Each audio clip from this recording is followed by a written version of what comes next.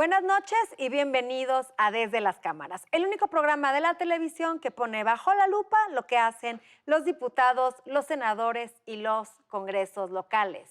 Senadores encabezados por el presidente de la Junta de Coordinación Política, Ricardo Monreal, se reunieron a distancia con el secretario de Seguridad y Protección Ciudadana, Alfonso Durazo, con el objetivo de dialogar sobre su estrategia para combatir la inseguridad y el llamado a las Fuerzas Armadas.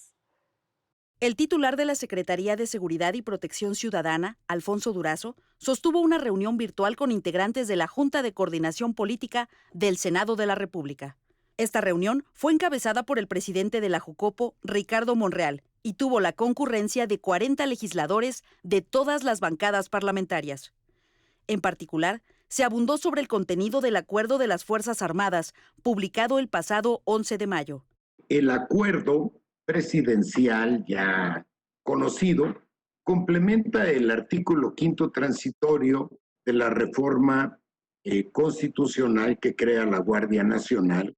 Recordar que fue aprobada por unanimidad el año pasado, tanto por el Congreso de la Unión como por las 32 legislaturas locales. El acuerdo, consecuentemente, no es un acto nuevo ni exclusivo del Ejecutivo Federal. El acuerdo no implica darle más atribuciones al Ejército en materia de seguridad pública. Al contrario, limita las facultades que de manera general le otorga el artículo 5º transitorio de la reforma, lo que de acuerdo con la Constitución implicaría todas aquellas labores de prevención, investigación y persecución de delitos, así como la sanción de las infracciones administrativas. Pueden, en efecto, las Fuerzas Armadas participar en seguridad pública por vez primera, con reconocimiento constitucional. Por su parte, la presidenta de la Comisión Permanente de la Cámara Alta, Mónica Fernández, reflexionó sobre la importancia de un diálogo constante entre el titular de la Secretaría de Seguridad y la Cámara de Senadores. En esta administración y en este Congreso se diseñó una estrategia renovada para atender uno de los mayores problemas, tal vez el más grave, que ha aquejado a millones y millones de mexicanas y millones de mexicanos en los últimos años. Entiendo y entendemos, yo creo que todos, que el tamaño del reto es enorme. Estamos en este mismo tema desde hace ya más de 15 años y la seguridad pública, la seguridad de los mexicanos no parece mejorar sustantivamente. Es por eso que este tipo de diálogos resulta del mayor interés para todos nosotros. Desde las cámaras, Claudia Ivette García. Y ahora vamos con nuestro experta en temas financieros. Por supuesto, vamos con Alicia Salgado. Alicia, buenas noches. Muy buenas noches, Adriana. Vamos a platicar ahora de la iniciativa de la senadora Claudia Anaya Mota. Es una iniciativa para modificar la ley de concursos mercantiles, prácticamente un ordenamiento que surge de la crisis bancaria de 1995 y que ha sido no tocada. Tardaron casi 5 años en acordarlo tal y como está este cuerpo legislativo. Ha habido muy pequeños ajustes, pero hasta la fecha no había una propuesta como la que hoy hemos conocido. La senadora, que es del PRI, también es integrante de la Comisión de Hacienda y de la Comisión de Economía y me parece que de estudios legislativos o procesos legislativos, también conoce muy bien de normas y en la presentación de la iniciativa empieza diciendo que lo hace o la presenta por cuenta de la Barra Mexicana de Abogados. En realidad esta sí llama mucho la atención porque hay un capítulo en la Barra que ve los temas de concursos mercantiles y dentro de ese capítulo hay una diferencia importante de opiniones entre quienes están a favor de una modificación importante y quienes no están a favor. Creo que los que quieren modificar son los menos. Hay muy pocos, el sistema de concursos mercantiles lo que busca es preservar a las empresas, no que quiebren. Aquí no es una ley de quiebras, es una ley para acordar o facilitar un acuerdo con los acreedores financieros y también con los proveedores en un orden de prelación, la forma en que se puede reducir el endeudamiento de las empresas. Pero para ello, cuando se tiene que demostrar en primera que si se baja la carga de la deuda, esa empresa es viable o no es viable. Y hoy esta iniciativa que presentan pasa por el arco del triunfo todo este concepto.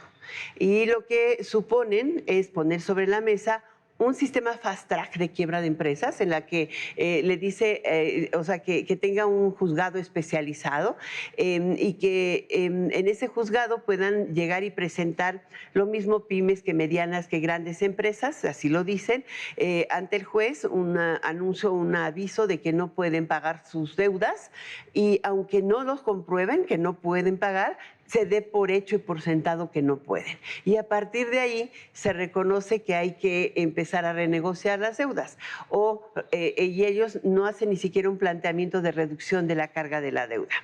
Imagínate el desorden que esto puede causar y más en una coyuntura como esta. Lo único que van a hacer es detonar la cartera vencida. Si es que existiera un mecanismo así, yo creo que va a tardar en salir.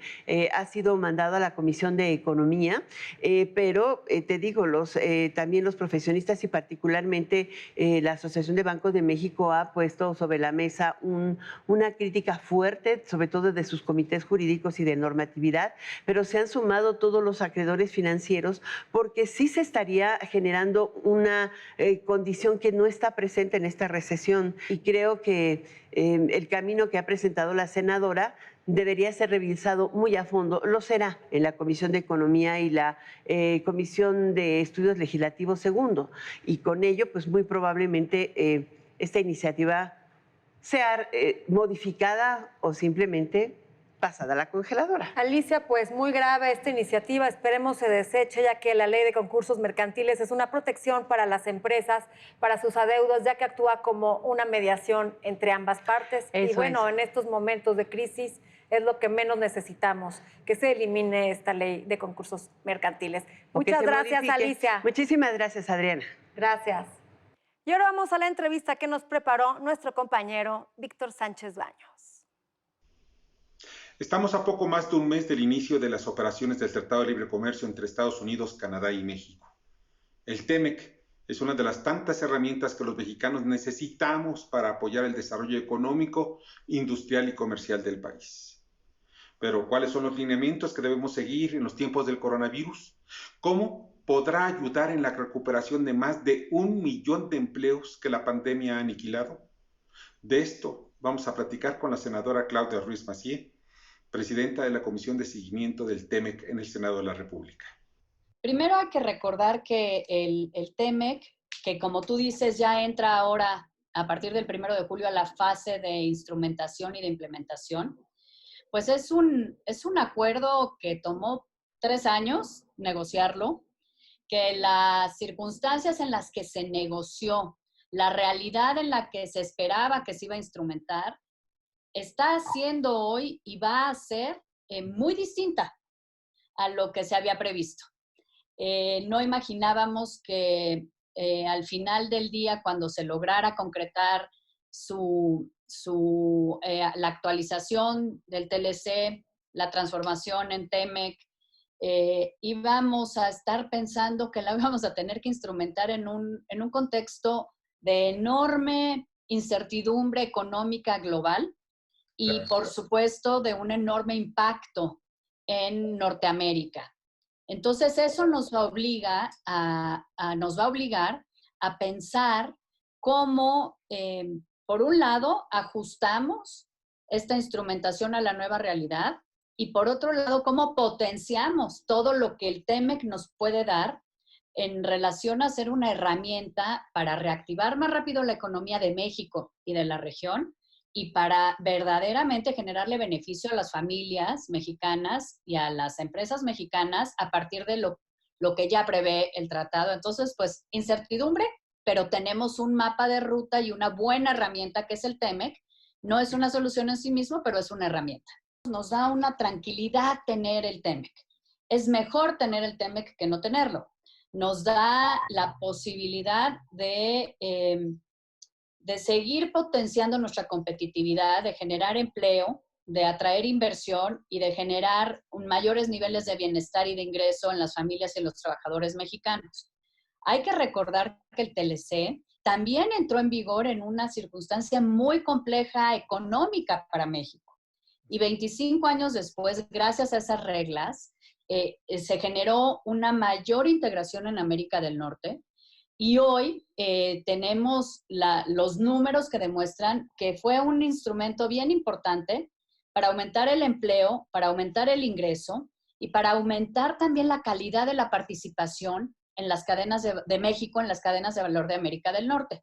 ¿Qué esperamos hoy? Que el TEMEC nos ayude a seguir potenciando esta tendencia y que sea una herramienta que hoy, ante los efectos de la pandemia, nos permita superarlos más rápido y nos permita seguir participando de manera muy importante, pero sobre todo con calidad en las cadenas de producción y de valor de América del Norte, pero también aprovechar esta reconfiguración que naturalmente se va a hacer para atraer a nuestra región y a nuestro país inversiones o cadenas de suministro que estaban en otras regiones del mundo, como Asia, por ejemplo, que hoy aspiramos a que se puedan atraer a México y a la región de Norteamérica.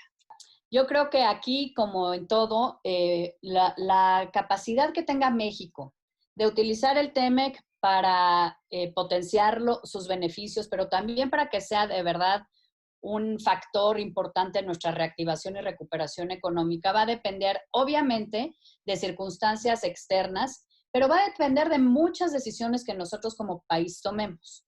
Reactivar nuestra economía no se va a dar por arte de magia, ni solamente porque llegue el 1 de julio y entre en vigor el TEMEC. Tenemos que tomar decisiones bien importantes que hoy, en el medio del COVID-19, pues tienen que ser más precisas, más estratégicas y más quirúrgicas. Necesitamos un plan integral de reactivación para verdaderamente aprovechar el TEMEC. ¿Cómo vamos a garantizar o a dar certidumbre a las inversiones que tenemos y a nuevas? ¿Cómo vamos a mantener nuestra planta productiva cuando traemos además una perspectiva de pérdida de 1 millón de empleos en este año? ¿Y cómo vamos a mantener nuestro lugar en las cadenas de suministro y de valor de Norteamérica? Pues necesitamos que se incentive la inversión, que se privilegie también el respaldo a sectores que estaban y que están contenidos en el TEMEC como sectores importantes, por ejemplo, el comercio digital. Necesitamos ponerle atención a las MIPYMES que requieren de un apoyo mayor por parte del gobierno y de estímulos especiales. Y necesitamos también pues que se apoye a las familias para que puedan mantener sus ingresos, no tengan la presión de cumplir con cargas, obligaciones, digamos, fiscales o de servicios públicos, para que se pueda reactivar el consumo. Entonces, es un entramado integral. El TEMEC, por un lado, aprovechar y hacer bien su instrumentación y su implementación, pero también un plan de reactivación económica integral por parte del gobierno, de la mano del sector privado y del sector social y obviamente público, para cuidar a las empresas, a las MIPYMES, a los trabajadores y a los hogares. El TEMEC es una herramienta para afrontar las consecuencias de la pandemia, definitivamente. Sin embargo, los mexicanos debemos generar otras que den certidumbre a la inversión privada, a la seguridad de las personas y las inversiones. Para ello es clave aprovechar la coyuntura con nuestros socios de América del Norte, como son Estados Unidos y Canadá, para enfrentar esta crisis sanitaria y económica que dejará graves secuelas y a largo plazo. El crecimiento económico debe recuperarse en base a la inversión en los sectores productivos y estimular a los emprendedores para generar más fuentes de trabajo. El TEMEC nos abre una puerta, la más importante, en este proceso de convalecencia económica que iniciará en unas cuantas semanas. Y ahora vamos a ver qué nos comenta nuestra experta en temas legislativos, Claudia Ivette García. Hola, Claudia, ¿cómo estás? Muy bien, Adriana, un placer saludarte. Muchas gracias. Gracias por estar con nosotros. Pues vamos a hablar de un tema que realmente es indispensable en nuestro país, porque mira, la crisis sanitaria realmente ha traído como consecuencia un cambio importante, un cambio en el día a día de millones de mexicanos que están trabajando a distancia, además de millones de niñas y niños que están llevando a cabo labores académicas de manera virtual. Incluso se incrementaron las compras electrónicas a través de sitios web y aplicaciones móviles. Sin embargo, es importante preguntarse qué tanto acceso a Internet tiene la sociedad mexicana actualmente. El derecho que tenemos todos los mexicanos de acceder a tecnologías de la información está contemplado incluso en la Carta Magna de nuestro país.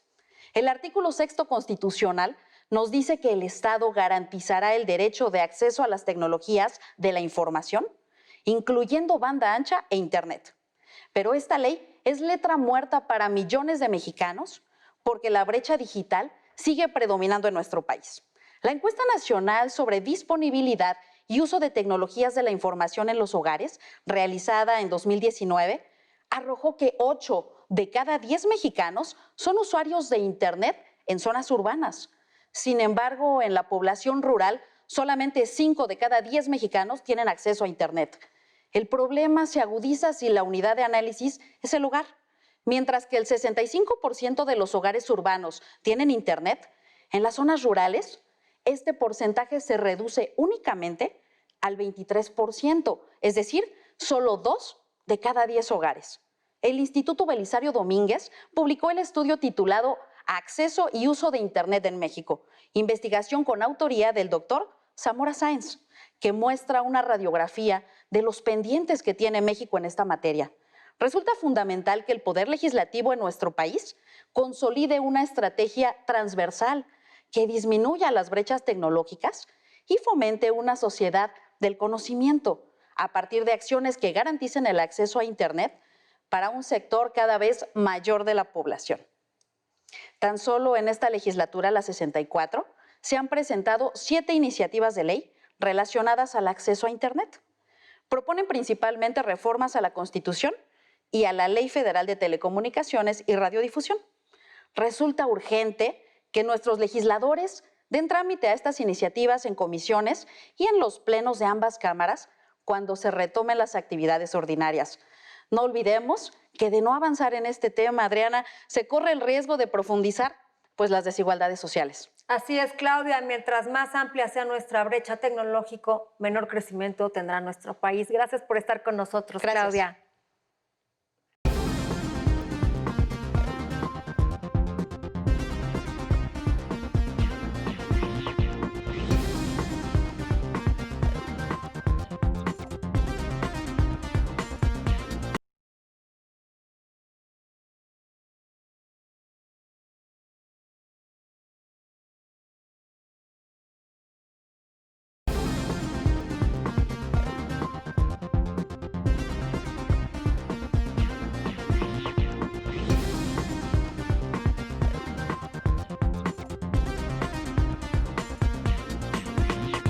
Ya de regreso de un corte, gracias por permanecer con nosotros y esta noche nos acompaña aquí vía Zoom el diputado de Movimiento Ciudadano, Higinio del Toro.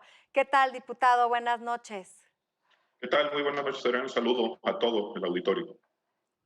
Diputado, una muy buena propuesta por parte de tu fracción parlamentaria que sería el ingreso vital para los mexicanos que hoy por hoy se encuentran en situación económica de crisis derivado de esta pandemia. Platícanos de qué se trata esta iniciativa. ¿Sería una especie de ingreso básico de emergencia y de dónde sacarían estos fondos?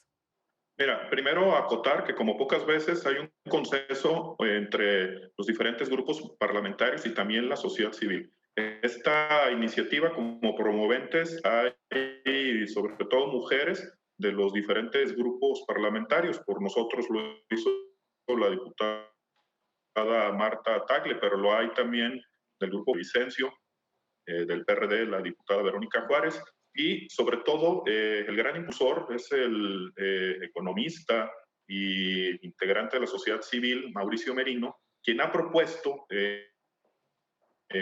algo muy básico, ¿no? Entendemos lo que estamos pasando y que vendrá una crisis económica, más allá del problema de salud que ya se está afrontando, lo que vendrá después quizás sea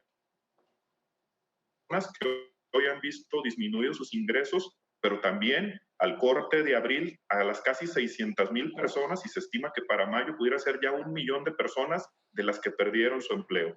La respuesta del legislativo, la que estamos suscribiendo nuestro grupo parlamentario, es proponer un ingreso vital para situaciones especiales y que tiene que ver específicamente, como tú lo dices, en un ingreso mensual, por lo menos se está discutiendo, puede ser un mes o pueden ser hasta 3 meses, de una cantidad de 3,716 pesos, que es un salario mínimo finalmente, para que las personas que se quedaron en estas dos situaciones que explicaba, que disminuyeron sus ingresos o que también están recibiendo, se quedaron sin empleo, pues puedan recibir un ingreso y finalmente evitar que se calcula a lo mejor hasta 10 millones de personas pudieran ingresar a las nada honorables filas de la pobreza extrema, ¿no? Esa es la propuesta que se está haciendo. Claro que hay todo un proceso y que pudieran crecer hasta los 3 meses. ¿Desde dónde? Bueno, pues hay que hacer todo un proceso de reasignación presupuestal, que es en lo que estaríamos trabajando una vez que se presentara ya la iniciativa formalmente. Diputado, la crisis ya comenzó y aún no sabemos todavía las dimensiones, los tamaños de esta crisis. En varios países del mundo, en la mayoría, se han determinado situaciones y programas de emergencia. Estados Unidos perdió 22 millones de empleos, pero su gobierno le inyectó 2.2 billones de dólares en transferencias directas para empleos, para pequeñas, medianas y grandes empresas.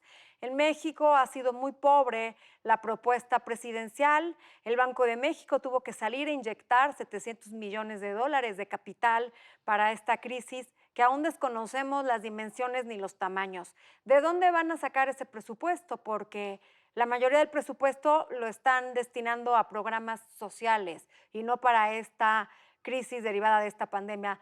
¿Cómo van a lograr este consenso con el partido Morena y de dónde van a sacar este presupuesto? ¿Lo van a reetiquetar, reasignar para el paquete económico que se va a discutir en septiembre? No, la respuesta tiene que ser inmediata y tiene que ver con una reasignación presupuestal, es una facultad de la Cámara, pero tendríamos que ir primero a una modificación de la Ley General del Desarrollo Social para que este programa fuera un programa prioritario y por tanto pues, fuera avalado presupuestalmente.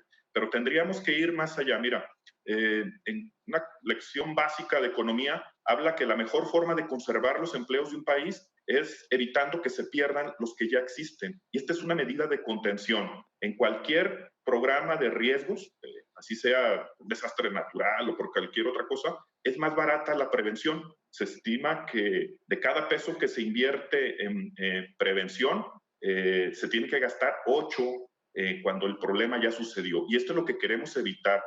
Un tema importante, ¿cómo van a asignar estos recursos en caso de que se apruebe? ¿Cómo van las negociaciones con Morena?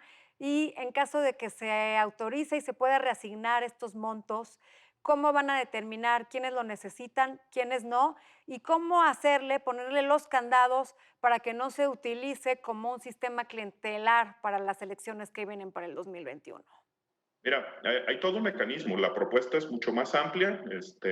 Ahorita damos los detalles, los más generales, pero la propuesta viene es de involucrar, por ejemplo, en el análisis, una vez que se aprobara, tendría que entrar diversos organismos. Entonces, si hay que modificar esta Ley General de Desarrollo, también el INEGI, que es lo que tendría que estar haciendo el INEGI y no estar, como se ha propuesto por ahí, verificando la riqueza del país, tendría que estar generando estos catálogos de población para ver quiénes tendrán derecho a este ingreso. Obviamente, para efectos de fiscalización, se tendría que hacer vía transferencia electrónica y evitar este asunto clientelar y que sea los propios organismos que están autorizados para la evaluación de los programas sociales quienes verifiquen que efectivamente le llegue a las personas más necesitadas. Diputado, no pudiera estar yo más de acuerdo con esta propuesta, pero perdóname que sea tan incisiva, pero es que los mexicanos ya no queremos que se politicen estos temas, que no sea el gobierno quien entregue con el dinero de los impuestos y de los ingresos de los mexicanos esta ayuda que todos los mexicanos coincidimos que se debe de dar. Blindar, a final de cuentas, en este asunto, y propondría algo más, se ha criticado o se ha dicho más bien, perdón, desde el gobierno federal, que la respuesta de ellos es generar 2 millones de empleos. Lo que hay que analizar, y no está mal, en este asunto no se trata de decir quién tiene la razón o quién no. No está mal la propuesta del presidente, sin embargo, si tú revisas estos 2 millones de empleos que se pretenden generar, es precisamente a través de los programas sociales que tú mencionas. Esto es, tienen que ver con jóvenes construyendo el futuro, el programa de Sembrando Vida, la beca Benito Juárez, que son, bien, sí, cierto, son ingresos que llegarán a una base poblacional muy amplia, pero que sin embargo... Sí, son ingresos, pero no es empleo. Y aparte es temporal, hay que decirlo. Y no le están llegando a estas personas, que es el grueso de la población que estamos proponiendo nosotros. El que se quedó sin trabajo, que según datos del INEGI ya son 600,000 solo en abril y va a ser 1 millón casi seguro ahora en mayo, pero también toda esa economía informal. Recuerda que 50 millones de personas en este país viven a través de la economía informal. Esto es, que no tienen una seguridad social, pero que también participan activamente en la economía de este país. A ellos va dirigido. ¿Cómo blindarlos? Yo creo que hoy es tiempo de que los mexicanos entendamos que esto va más allá de partidos políticos, que estemos a la altura de la situación que vive el país y que eventualmente cada quien haga la parte que le toca. Diputado, ¿va a haber un periodo extraordinario para aprobar, discutir y que se apruebe esta propuesta? Lo van a presentar en la permanente.